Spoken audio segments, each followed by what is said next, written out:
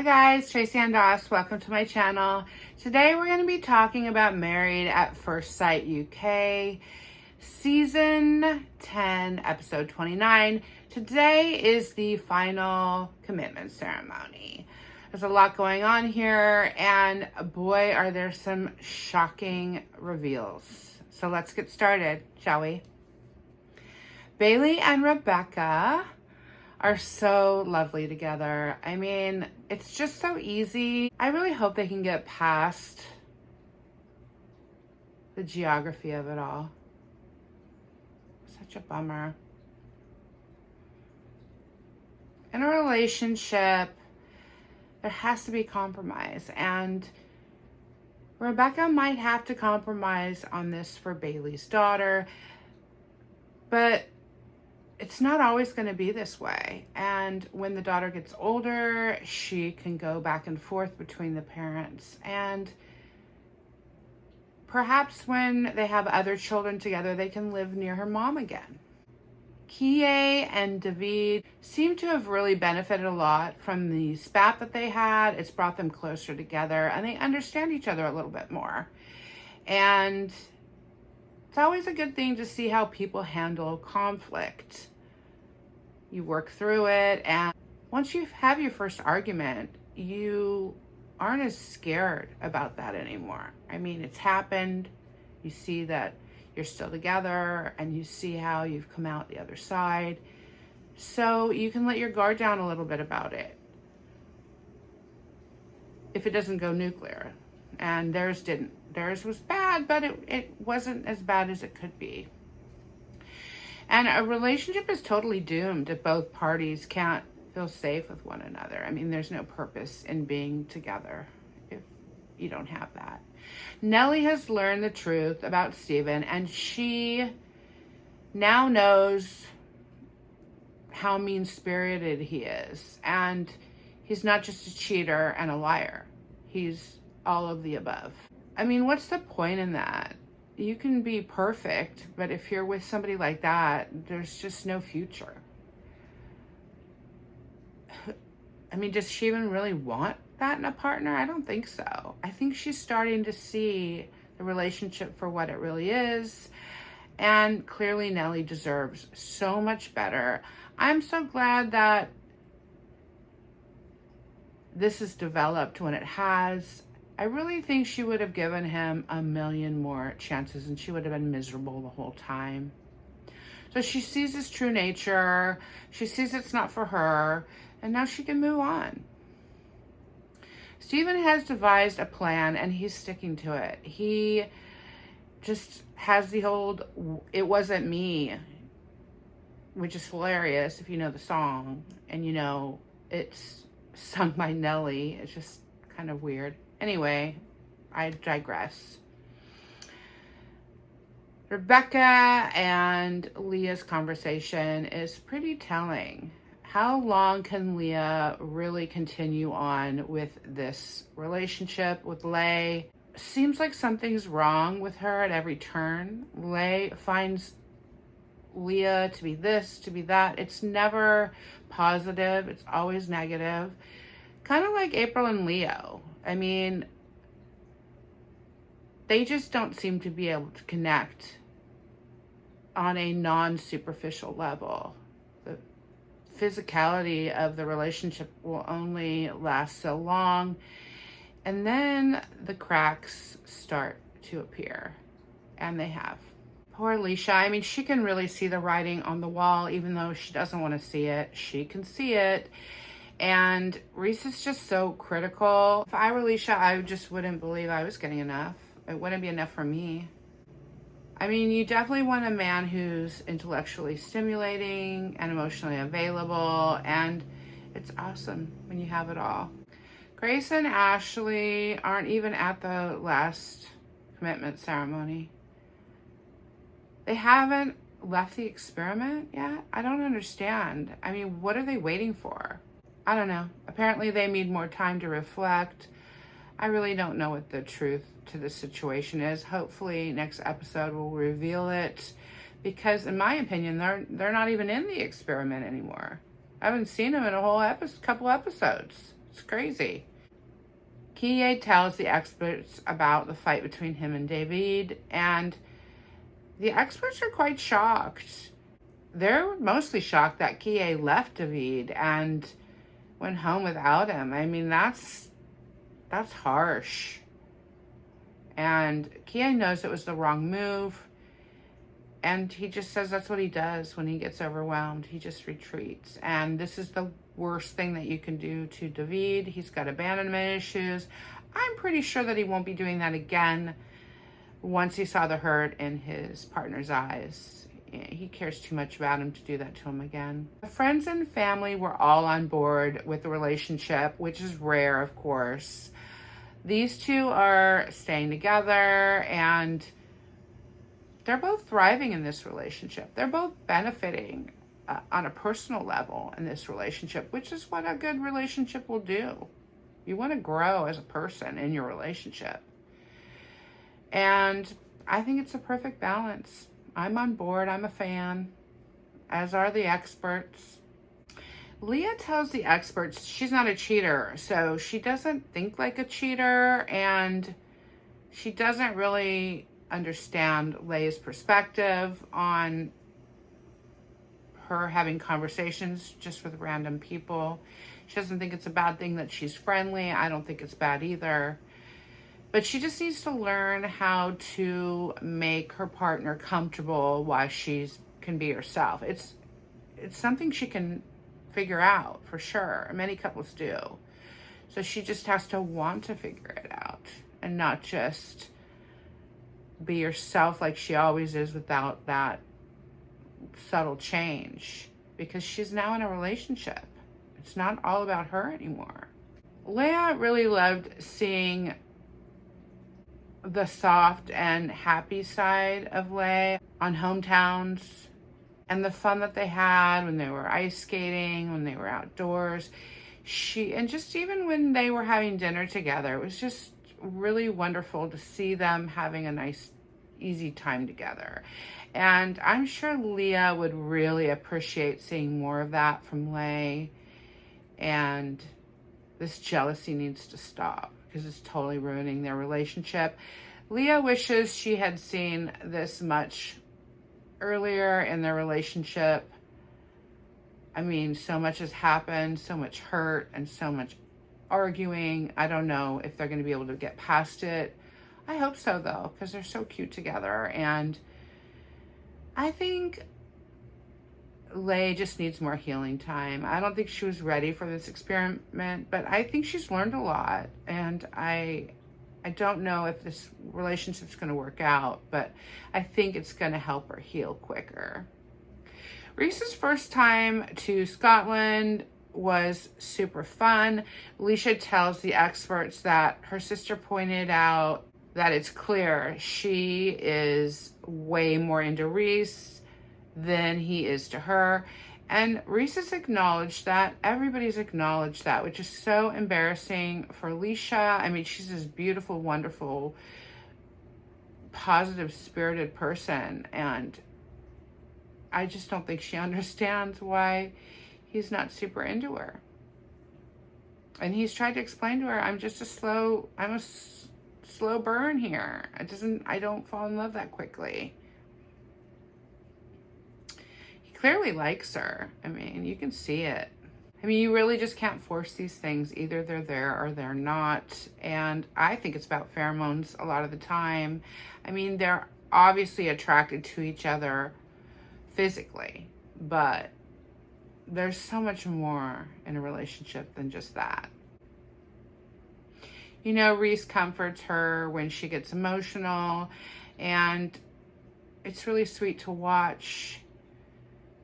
But the drama is just too much for him. And the truth is, anytime Alicia seems emotional, he just considers it drama. And it's not. Women are emotional, and we have feelings, and we show them. And that doesn't mean we're drama. It means we're girls. I mean, the reality is Reese is her antidote, and he's also the cause of a lot of her emotional turmoil. I mean, really, when have you seen a girl that is so nice to somebody? I mean, she just adores him.